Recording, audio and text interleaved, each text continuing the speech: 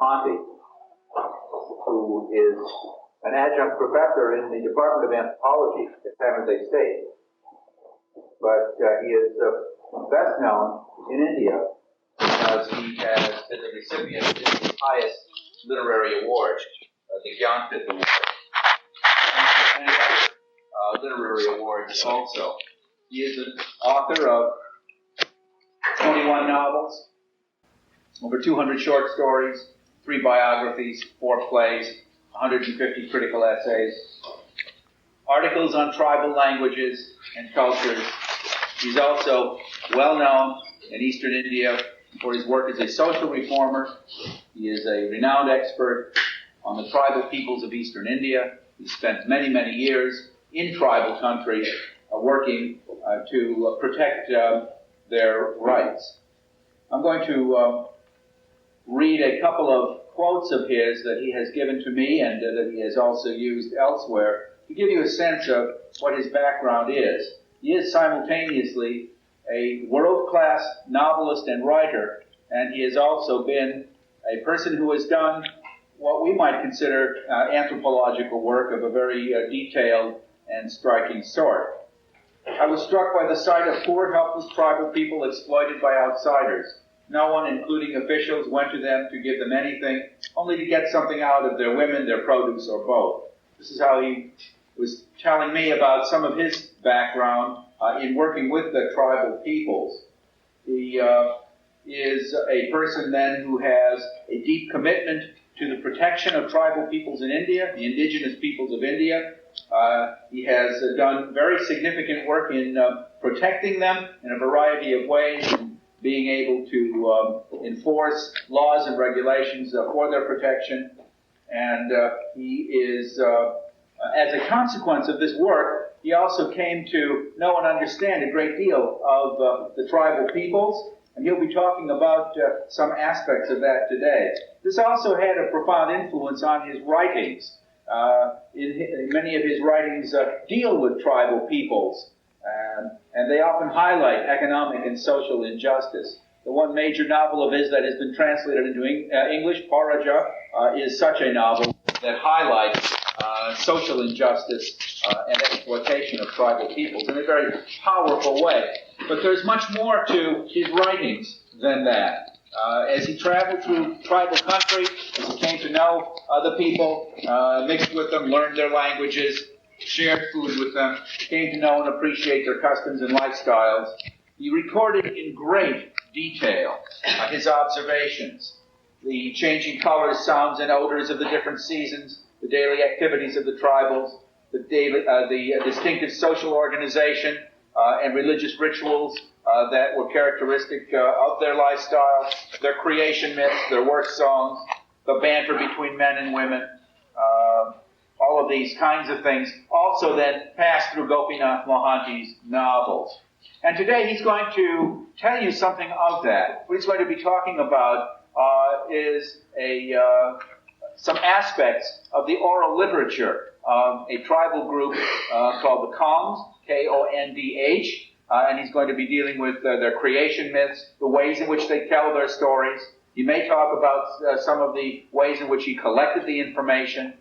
He will be talking about songs between young men and women, and a wide variety of other aspects of oral traditions. This is absolutely unprecedented. Gopinath Mohanty is virtually the only person really outside of this area who knows these materials very well, and he has been involved in the translation of the Kond language, the development of a grammar, so his knowledge is deep. It is based on his linguistic understandings as well as his deep cultural commitment, not only then to the understanding of these peoples, but to their protection.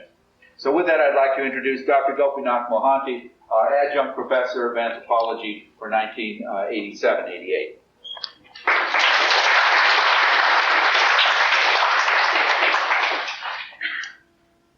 Dr. Freeman and friends, I thank Dr. Freeman warmly for inviting me to speak on the tribals to you, and for his very kind remarks about me and my work.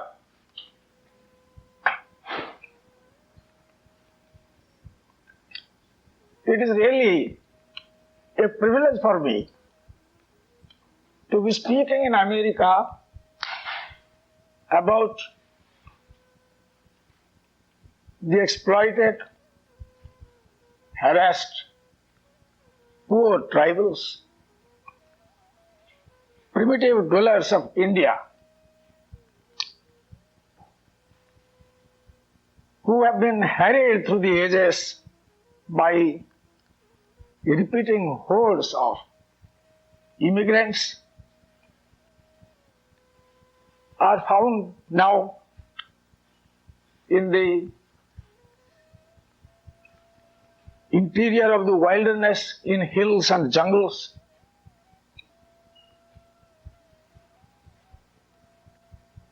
It's a far distance from the people about whom I am talking. And their huts nestling in small, sparsely populated villages on the hillside, somewhere in the remote interior. Villages which, as I found, in 1963, as late as that, were not on the register of villages, nor of registered population for the country.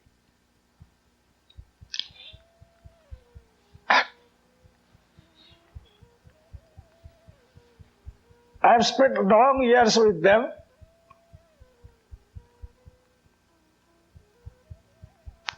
I love them. And if I start talking about them and their culture, I don't know when I shall finish, in how many days. They have found the material for my writings, at least for a large part of my writings, over the last 47 years. And still, I have covered only a fraction of the material that has been collected.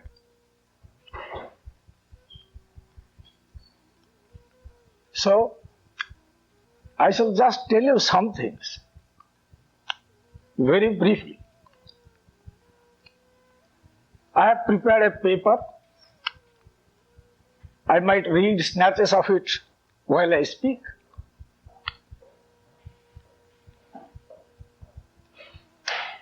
And before I begin,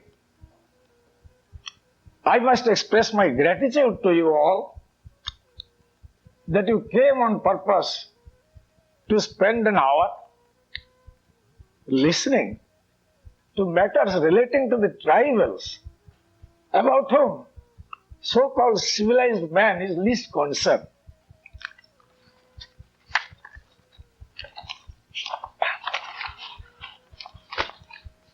Our subject today is oral tradition of primitive tribes of India, ceremonial chants, creation legends and songs, with particular reference to Kutiakons of Odisha.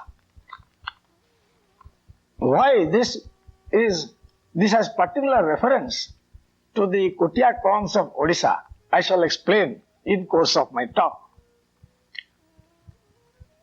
The simple reason is that although I have met so many different tribes in India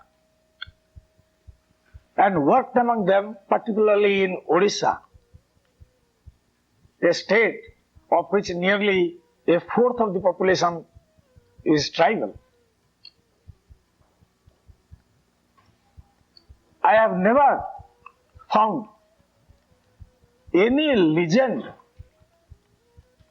connected with the creation of the earth, the human species, the gods, plants, animals, and in fact everything on earth, nor about the social institutions of human beings and how they were created. It is something unique to this particular subgroup of the Kondh tribe. And I have not read of any such legends existing among any other tribes in the world. There are legends, but not creation legends, far less any that is couched in verse and is to be chanted in ceremonies, the chanting taking 3 or 4 days continuously.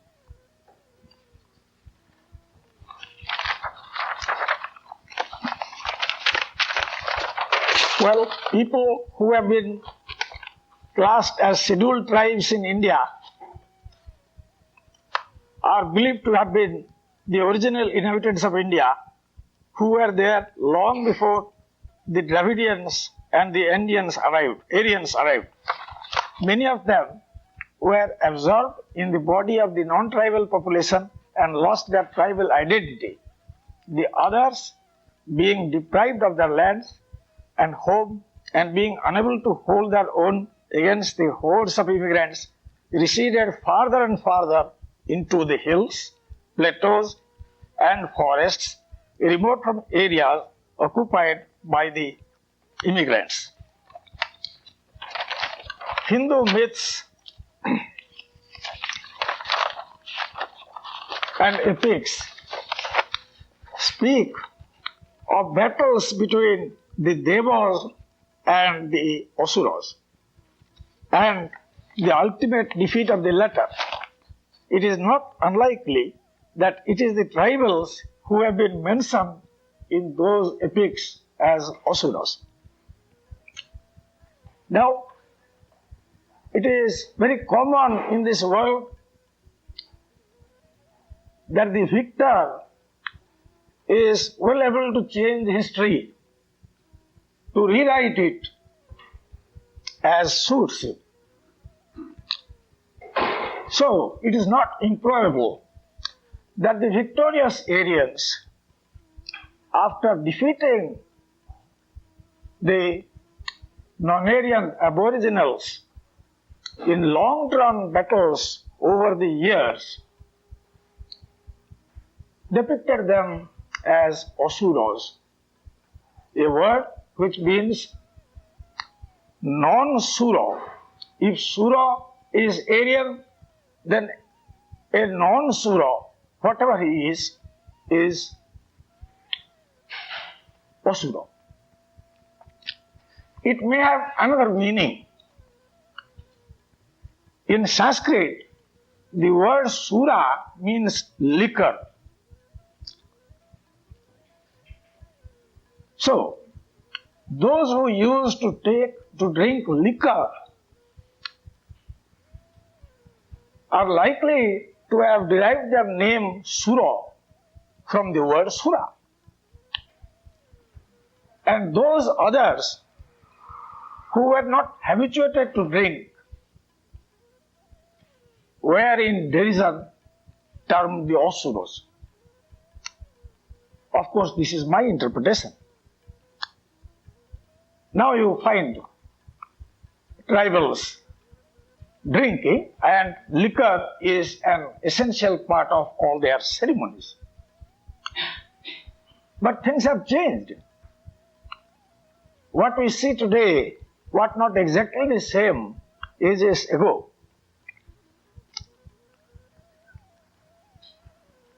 At the same time, there is mention in the epics of forest dwellers, hunters, and food gatherers, and a few names of such tribes are cited, such as Sabara, Vyadha, and Kirata. Sabara, Vyadha, and Kirata. Vyadha is a hunter. The Aryans, being newcomers, do not appear to have had intimate acquaintance with tribal dialects. Nor did they make a fine distinction as between one tribe and another. For them, all of them were Asuras, or the enemies. Although even now the population of India is overwhelmingly non-tribal, the bulk of it Hindu, it is pluralistic and has a few hundreds of ethnic groups, and many of them being tribals, aborigines who live on some or once lived in the hills and forests. Their distribution in the different states of India is uneven, being more in mountainous areas and proportionately much less in the plains and least in the sea coast and also in developed areas. Odisha is one of the states of India. It is an eastern province. The Eastern Ghat Mountains and its spurs cover more than half of its extent, and it has a high percentage of tribal population. It is nearly 6 million in the state of Odisha alone. In the census of 1981, it was 5,915,067 as against the total population of 26,370,271. The tribes constituting 22.43% of the population. Their proportion was a little more in the previous census. In the meanwhile, the number of non-tribals multiplied much more than the number of tribals did. Tribals in India are economically the most backward section of the population and also the least literate. Their poverty and illiteracy make them easy prey for exploitation. They lose their lands, run into debts, and are hardly able to reap the fruits of their toil. When India became independent and framed her constitution, special safeguards were provided for them in the constitution, which also provided for allocation every year of special funds out of the central consolidated fund for their development and welfare, in addition to whatever will be allocated in the interest of Indian citizens as a whole, both from central funds and from the provincial funds. It was for that purpose that the expression scheduled tribes, we pronounce it scheduled tribes in India. Scheduled tribes was coined in order to spot out such tribes in every state and to include them in a schedule attached to the constitution, so that the safeguards and benefits provided in the constitution would be applicable to them. Measures are being taken since then to improve their condition and to remove their problems. 62 tribes have been listed in the list of scheduled tribes for Odisha. The tribal people are not all at the same level of existence economically or in their education outlook and general advancement.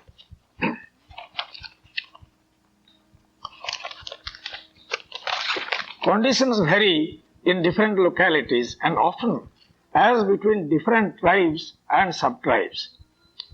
A few of them in the entire country still lead a primitive existence, wandering from place to place in dense jungles and maintaining themselves by hunting and food gathering. Such are the Chenchus of southern India and the Birhors or Makadiyas, that is monkey catchers, of Bihar, sometimes met in the adjoining northeastern districts of Odisha. The Birhors are a section of the Mundari people who have adopted a wandering existence, while the rest of that ethnic group, as also all other tribes in Odisha, lead a settled existence as shifting cultivators of settled lands, and partly hunters and food gatherers. Only 98 Birhors were found in Odisha in 1981 when the census enumeration took place. Most of the tribes of Odisha are landless and poor. Where they live in the proximity of forests, they clear patches on the wooded hills by slashing and burning trees and grow crops, cultivate the patch for 3 consecutive years, leave it fallow until after some years of overgrowth, it will again be fit for cultivation by the same process of slash and burn. As the forest belongs to the government and the destruction of forests is harmful to the country as a whole and so is discouraged and treated as a criminal act, they do not get a right to the land so cleared and play a cat and mouse game with the forest watchers. There are others who live in areas where the forests have already gone and only bare hills and stony valleys have been left. Such areas become easily accessible to non-tribal outsiders. They settle among tribals.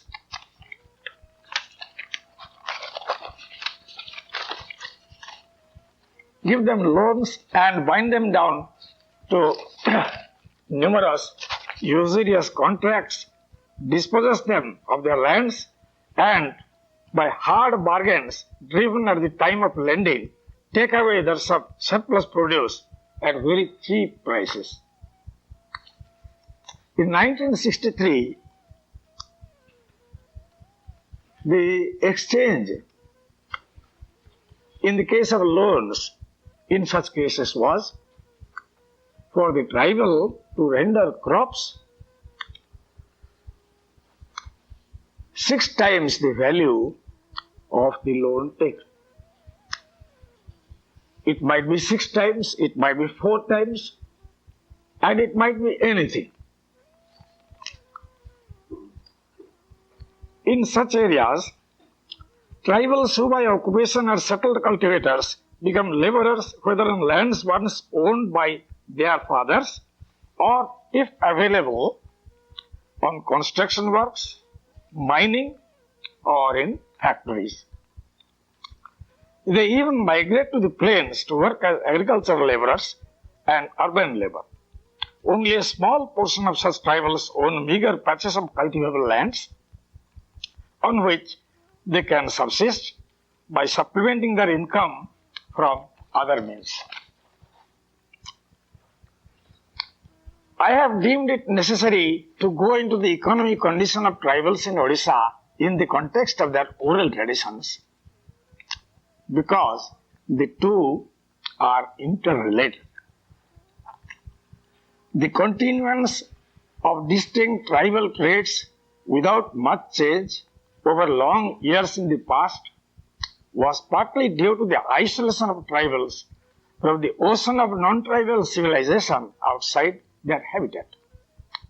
It had made inroads into their refuge at different times in the past, when there were non-tribal seats of power and affluence in different places in the forest. There are ruins of cities, temples, and other shrines in the jungles where tribals now live, and the tribals even remember some of the stories associated with them. There has been some interaction between the two cultures in the past, but even at such places, the jungle had taken over in course of time, and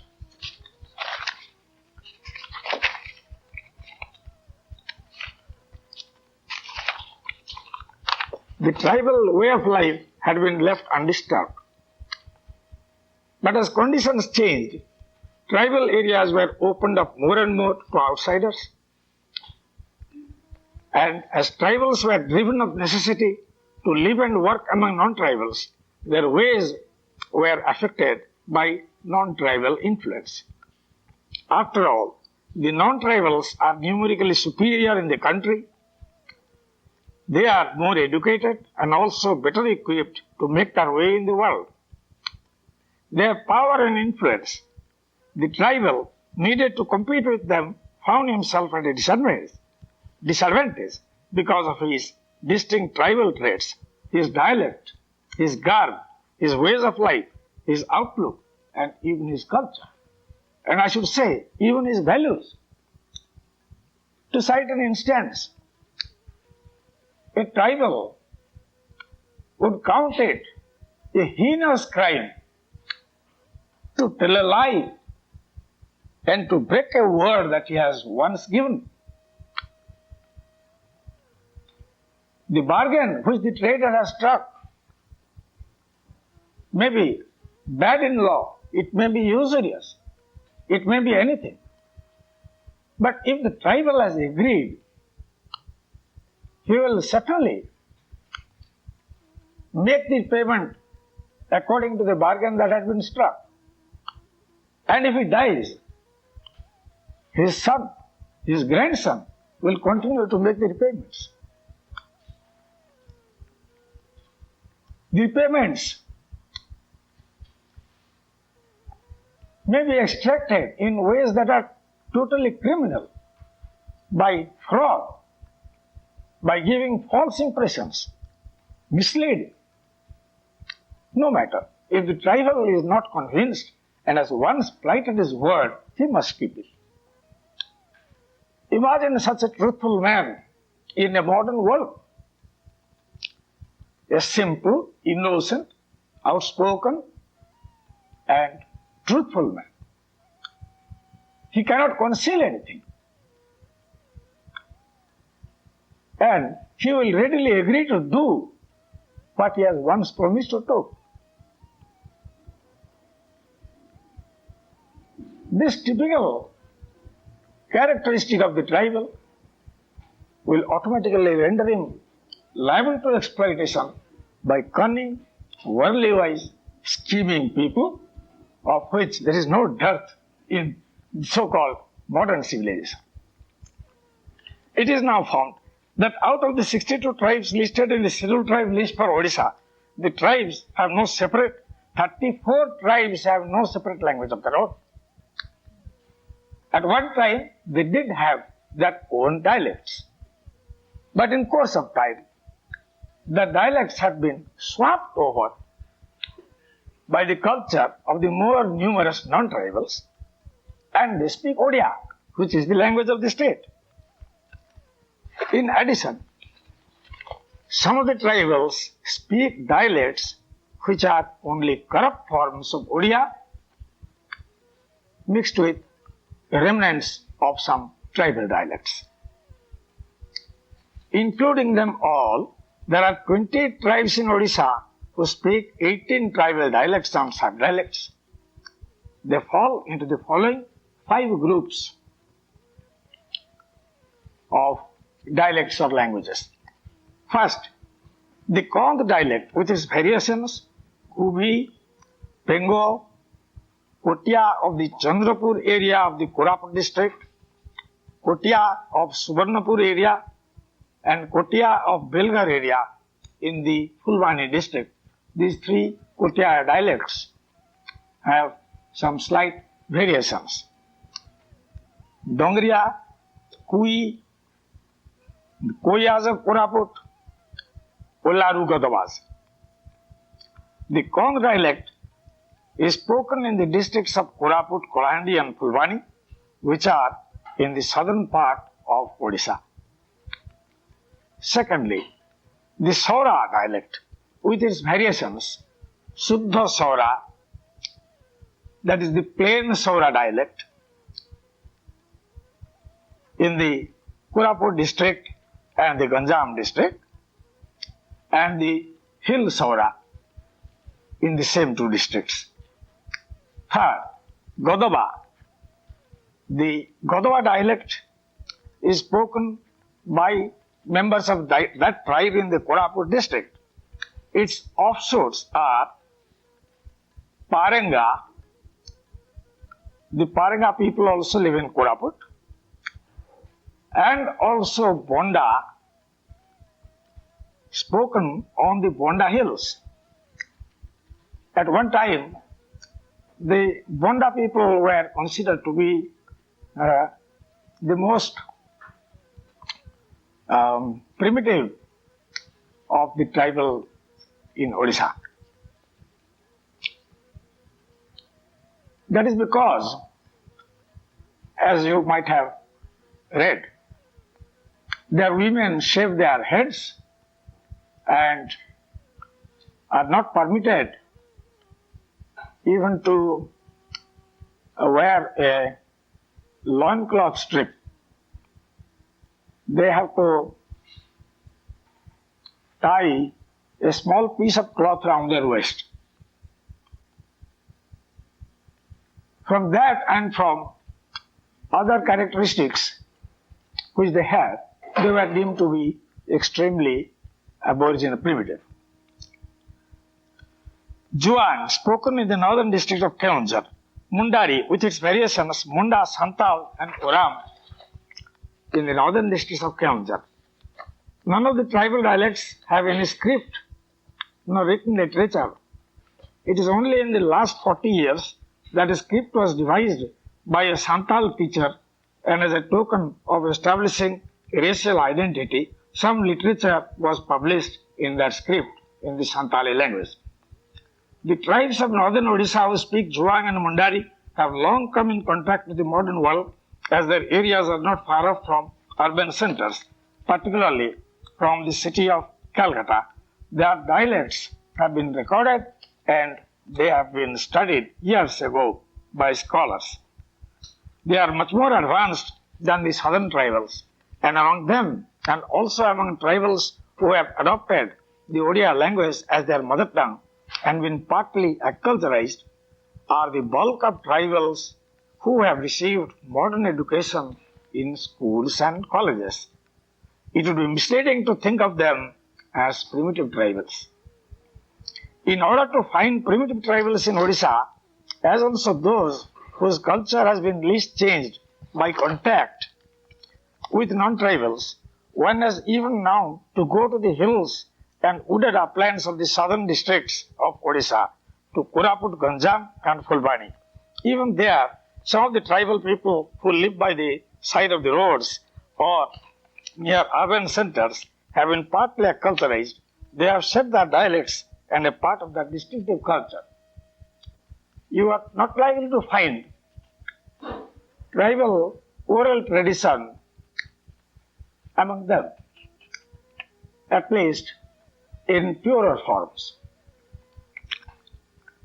Throughout Odisha, such tribes are no different from non-tribal rural folk, except that they possess a few distinct traits.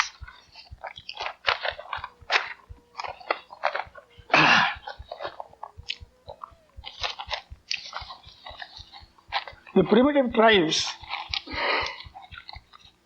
happen to be those tribes who, when for the purpose of tribal development welfare, all the tribes of Odisha were categorized in 1963 as A, B and C in descending order of their exploitation, poverty and illiteracy, were placed at the top.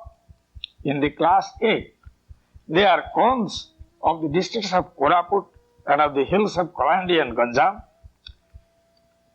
Hilsauras of Koraput and Ganjam, Godobas, Bondas, Kuyas of Koraput, and in the north only Juangs and Kols.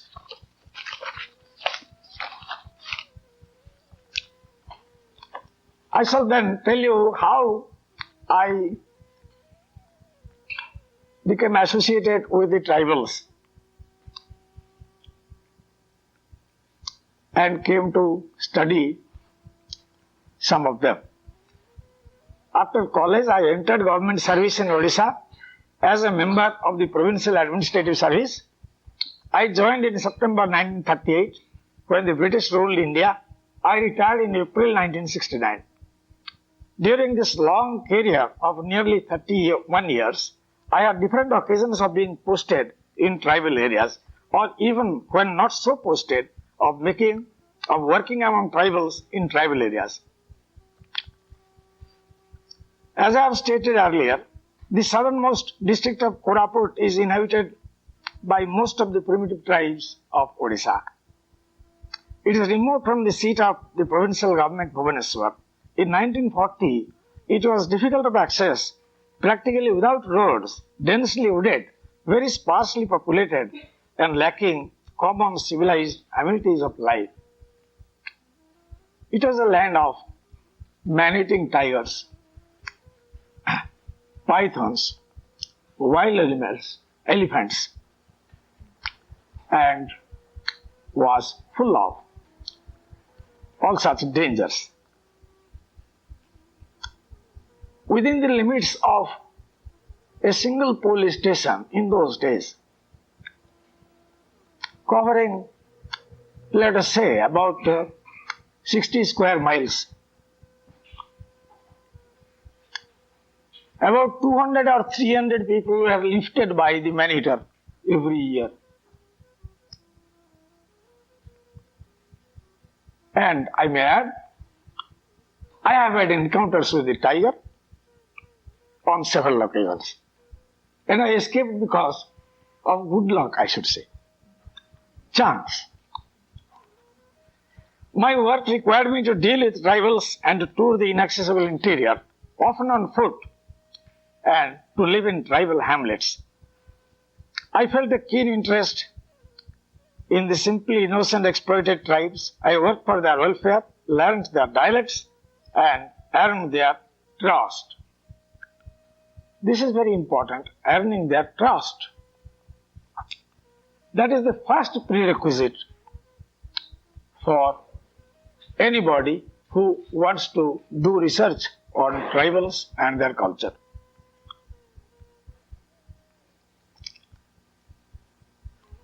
I studied them and portrayed them in the fiction that I wrote. I was in the Koraput district till 1945. I was again sent out to that district in 1952, first to inquire into the circumstances that led to a tribal agrarian unrest in the Rayagada subdivision of the Koraput district and to suggest remedies to the government. And then, as subdivisional officer of that subdivision, to implement my own suggestions. I was there from 1952 to 1954. The work I then did included the protection of tribals from exploitation and various other works meant for their uplift and welfare. In 1961, I had another occasion to visit tribal areas when I had to conduct some inquiries about other matters. In 1962, I was appointed Assistant Commissioner for Scheduled Castes and Scheduled Tribes of Odisha under the Government of India, and so I had to tour all the tribal areas in Odisha and to see how efforts for the protection and development of tribals were faring. Finally, in 1963, I was placed in charge of formulating measures and schemes for the protection and uplift of the most backward tribes, which also comprise the most primitive tribes, and of inspecting the working of those schemes in the field. That work necessitated visiting the tribal interior in different districts.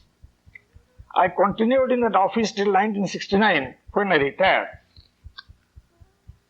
It is thus that due to my long association with tribals in Odisha, I came to know of a few things about them and their culture. I collected tribal dialects firsthand from the speakers, and so I prepared vocabulary cum grammars of Kuvi Kond, Saura, and Godava.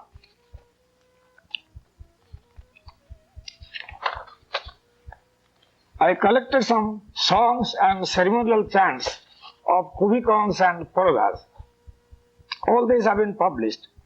I incorporated my studies about the problems and the culture of the tribes, particularly of Porodas, Kons, and Godavas, in my novels and short stories. I have also published some articles about tribals. I also then collected some of the oral traditions of the primitive Hilkons.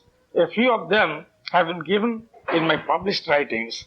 Some interesting legends of primitive Kond tribals about the creation of humanity, plants, animals, and social institutions form the main subject of this presentation. It may perhaps interest you if at this stage I tell you about the manner in which I proceeded to collect information about the tribals. The tribal is generally shy of strangers.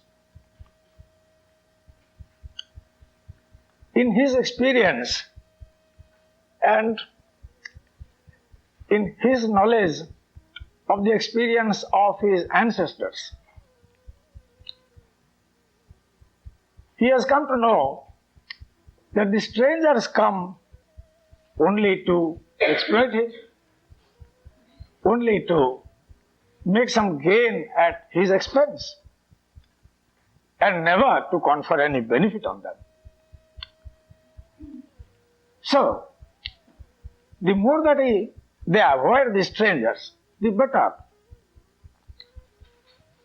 They are not timid people, but they try to avoid these unpleasant situations and embarrassments and are suspicious of strangers until they come to know them. For instance, if you are walking up the hill to some tribal village and you see some women folk, they will hide in the bushes. If there is a big tree, they will hide behind the tree. If you want to speak to them and go around the tree, they will go around the other end of the tree. And so it will go on. The children will run away and the men folk will run away, even though you hail to them. So, one test which I put to officers under me, while I was in charge of this work, was to take those officers to the areas where they worked and to ask them to walk to the village and to call the villagers. Let us see what will happen. As soon as the stranger approaches, all the people flee. The children scatter. The men disperse. I then asked him to call out to some villagers by their names. If he has been working around them, it is expected that he might be knowing at least a few names. He knows no names. And finally, I asked him to return because I have done my inspection. I know all that there was to know and how the work is being done.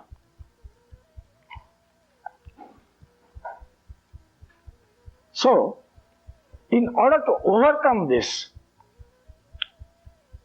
you have to go as a friend of the tribals. Mere assurances will not do. Primitive people living in the jungles have, just like animals, a natural instinct which tells them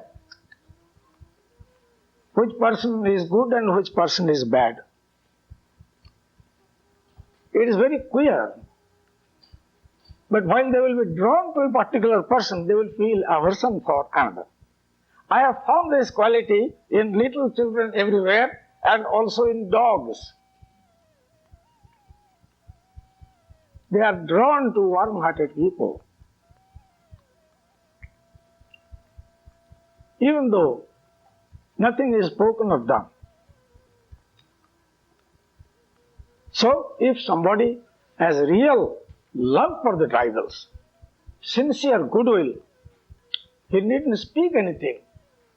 His demeanor itself will convey ample trust to the tribals.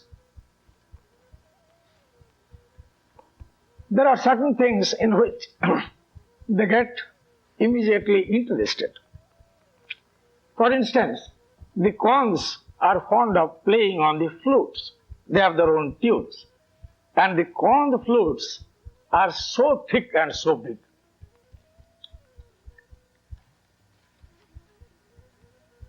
The Kond is a deep-chested man. He can blow hard. And the tune of a Kond flute will be carried in the wind from one village to the other over the mountains. The tribals are fond of songs and dances. Now if you go to their village, stand on the outskirts, and you are carrying a Kond flute, then you know how to play on it. And then, just for your own pleasure, you stand under a tree and start playing on the Kond flute. You will see that so many of them will come near. They would also want to exhibit how they play, and a friendship is established. You should be able to give some small presents to the tribals, say small condiments to the children, candies, cheap things, some perfumery, if at all, to the women. You must necessarily give them some cheroots. They are very fond of cheroots. And that is not all. A tribal will be pleased with you if you stick one of your cheroots into between his lips and then light it for him. That makes you his friend. And over all this, you should have learned that language, at least to understand what they speak and to carry on some form of conversation with them, particularly with their women folk. It is the simple, frank women folk of the tribals who become very gossipy and will tell you everything about their condition, about the state of their village, and things that you want to know. The tribal may not be eager to volunteer information about the maltreatment that he has suffered, because he might have some doubt lurking in his mind that if he complains to you, you may later on do them some harm. You can get them caught by the police or by the forest guards, or you can get them harassed by other people simply by directing them. After all, who knows? All people who come out in clean white clothes are of the same tribe. They are not us, the tribals. So who knows? And when you go to the village, you must have some preliminary idea of what the taboos are. Let us imagine, for instance, that you have gone to a Kond village in a rainy day and your shoes are muddy. You want to clear the mud and you find that in an open space in the middle of the village there is a flat stone and there is a post planted there which will be very convenient for you to catch hold of and to support yourself while you bend down and clean your shoes, and you start doing that. Now, by your action, you have mortally offended all the tribals in the village. You have insulted their great deity, the earth goddess, because that stone is the earth goddess, the earth deity, and that post is representative of her. It is the Dharani Munda, the Arti Goddess post. So what have you done? It is a shocking sacrilege. Then perhaps you will try to explain and they may be comforted. And it is better not to interrupt them, not to contradict them at once, but to listen patiently. It is desirable not to make a show of conducting an inquiry. The tribals are afraid of paper and writing on paper. The tribal will tell you, no. Don't do it. Don't write. It is as if, while you write on paper, you are driving a knife on his chest. That is how you feel. He is suspicious. At the same time, you make your record, then you make your observation, and you take your notes. After you have acquired information about the tribes, if you so like, you can yourself behave like a tribal and in course of time be accepted. The tribals of the Koraput district accepted me as a tribal. In their eyes, I am supposed to be a Kong of the totem Praska. Praska is the big black-faced, long-tailed monkey. It is regarded as something important because, as you know, totems, perhaps Kongs of the totem Praska, form the army of Rama in the Ramayana. And being tribals, they might have been deemed to be no different from monkeys. The Kongs still have two such names, Praska for the Hanuman, the monkey, Jambaka for the bear. And you know, one of the generals of Rama was Jambava, no? Associated with a bear. He may have been a Kong of the totem, the bear, Jamba. And if you are once accepted, you can convince them much more by chanting some of their songs or ceremonial chants in some village which you have never visited before, and so gain the trust of their villagers, and this will continue.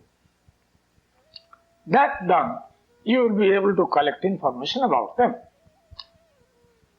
If you have not taken that much of trouble, then whatever you collect about them will be misleading, is likely to be wrong. The interpreters are often of the caste, the Harijan caste called Dom or Pana. They are the exploiters of the tribals. When they translate your questions to the Kongs, they will deliberately distort your questions and distort their answers. So while you understand one thing, they will be understanding, the Kongs will be understanding something totally different.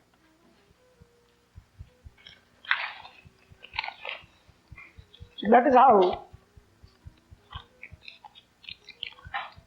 this collection was made. The task of researching into the oral traditions of primitive tribes presents a problem. Not all members of a tribe know them. Old traditions are in the process of being forgotten, as tribals get modernized. Those tribes who read in the schools and colleges hardly know their legends, songs and ceremonial chants. The inquirer has to seek out older people who know. Some of the legends are considered to be sacred, as too are ceremonial chants. It is only tribal priests and sometimes elderly people who take part in religious ceremonies. Also, the Sian's woman or Bejuni. She is the magic woman. She falls into a trance.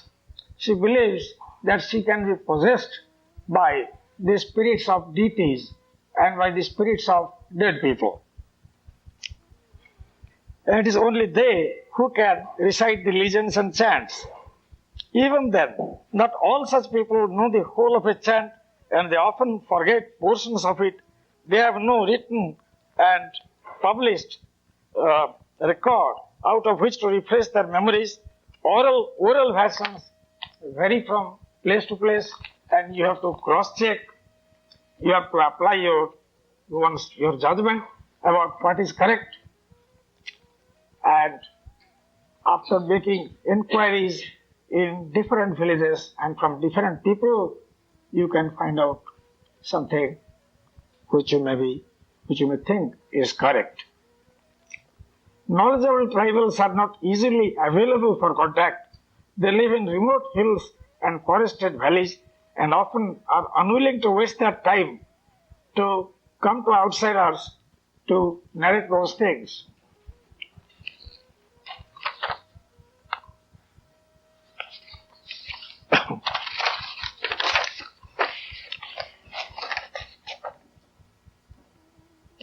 There are often certain words in the ancient chants which appear to have gone out of use in subsequent times and of which the meaning is not known to the tribal priests themselves.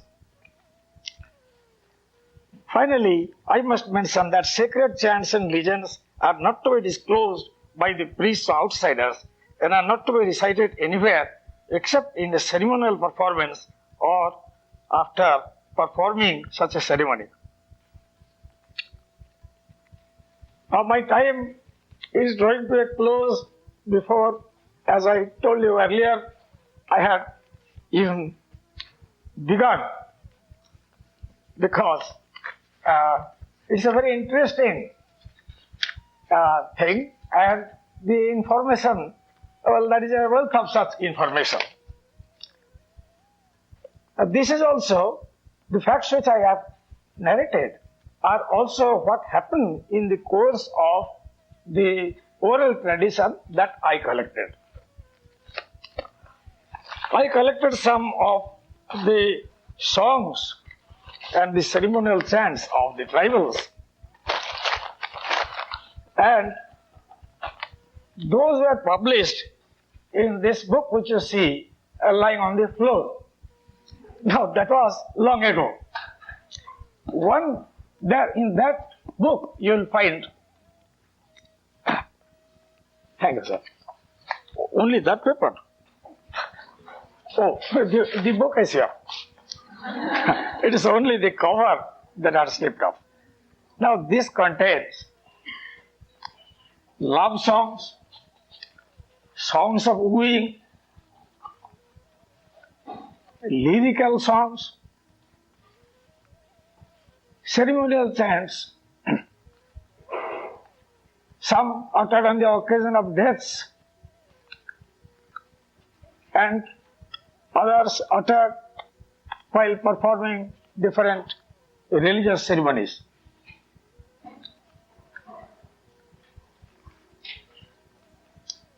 But I should consider that the most important of these songs here is the human sacrifice ceremonial chant. The human sacrifice, called the Maria sacrifice, was something that was being practiced by Khans for long ages until it was stopped by the British in the last quarter of the 19th century.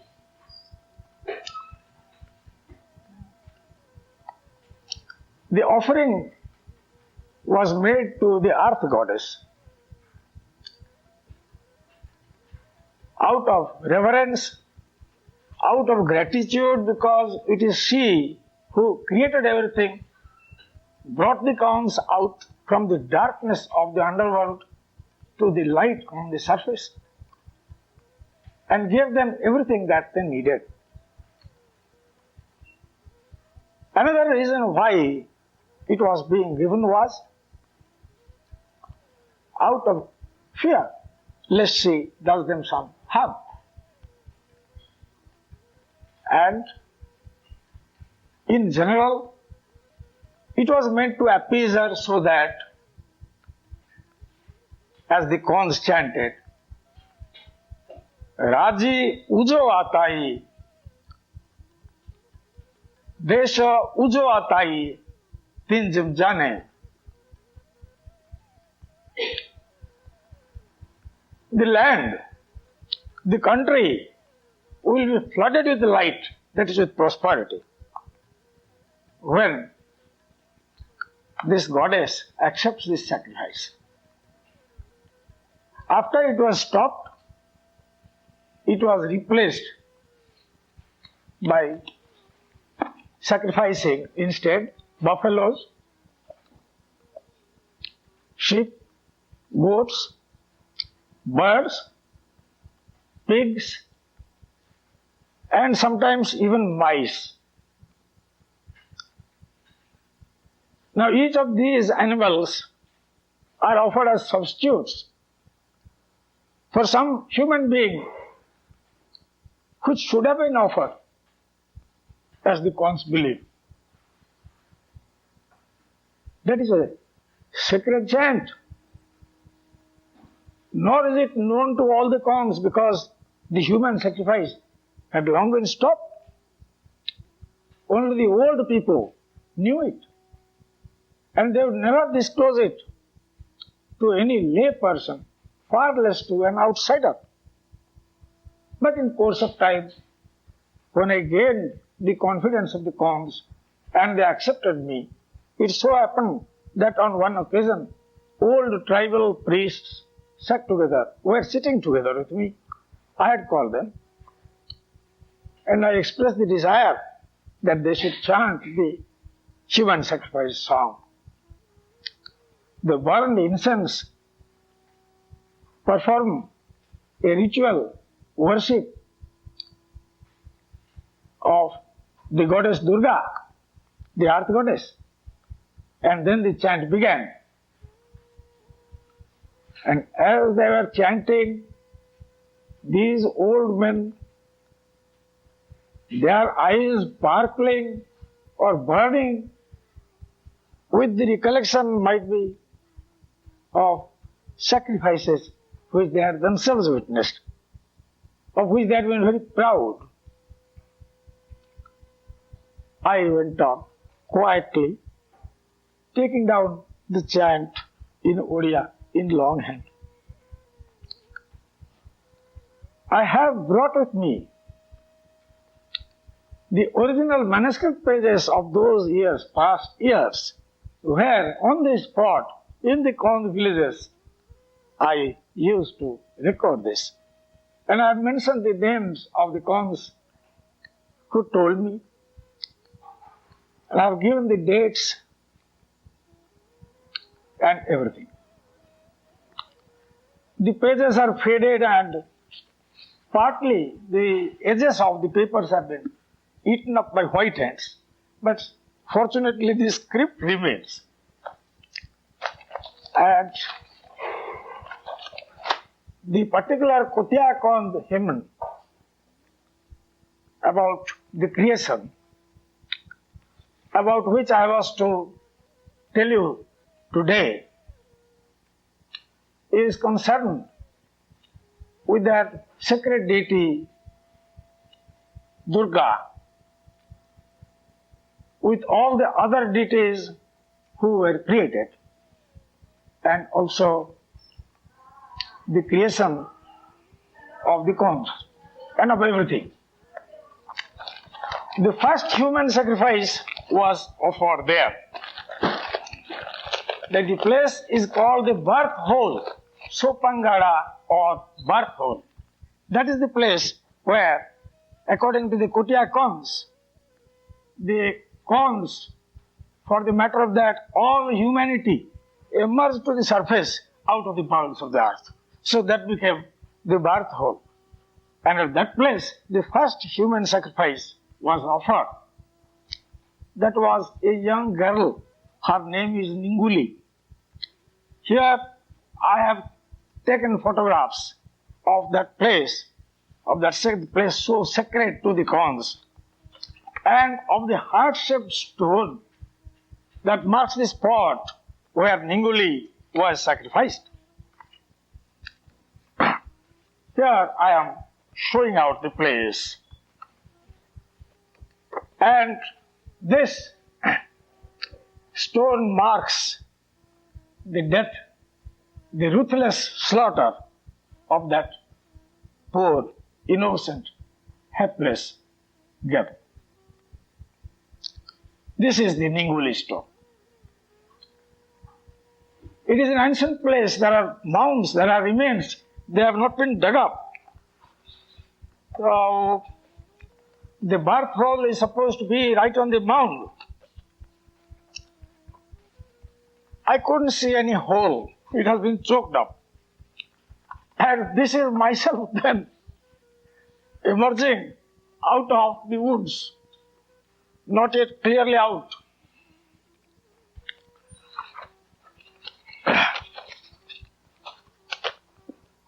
So that was about the human sacrifice. And I shall just run over a few other matters. Let me first tell you a few of the traditions in brief. One of the traditions is that a human being can be able to transform himself to a wild animal, particularly a tiger, an elephant, a python or a bear. Such people are called palta, that means transform, bagho, that is tiger. Palta bagho, palta this, palta that, and so on. I searched out such a man. He was held in dread by the Khons around. They must keep him satisfied. Otherwise, who knows when he may turn himself into a tiger and eat them or eat their cattle. So, I caught hold of him and I spoke to him while we were alone together at a very lonely place in the woods.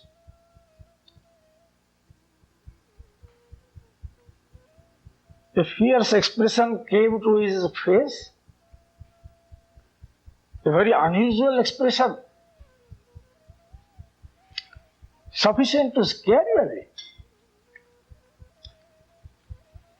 He nodded his head and said, "Yes, I do turn myself into a tiger." "Can you do so now?" I said. He said, "Why should I? It is only when the goddess calls to me that I leave my body, leave it lying in the room where I might have been sleeping, go out and become a tiger. And I obey her commands. Whatever she does, I do." He said, "But when I become a tiger, if perchance I am hit by an arrow, by a gunshot, or I suffer some wound, then immediately that wound appears on my human body that is lying inside my house. Do you want to see? He showed me a long and deep scar on one of his buttocks. He said, while I was a tiger roaming about in such and such forest, Saura tribals shot arrows at me. I sustained this wound. It festered, and this is the scar that is left. Now that wound was caused on the tiger. At the same time, it was caused on the body of the Kong, who was apparently asleep on his bed in his room. I had occasion to meet some other such Palta people. This is one of the beliefs. They have the belief that some of them at least can have occult vision. They can tell you what will happen in future, they can see the past, and they can see the invisible spirits, the invisible deities. Whenever sought, they fall into a trance, then they behave funnily like insane people, and they shout out their identity as a particular spirit or a particular deity. I think I should stop here for the time being.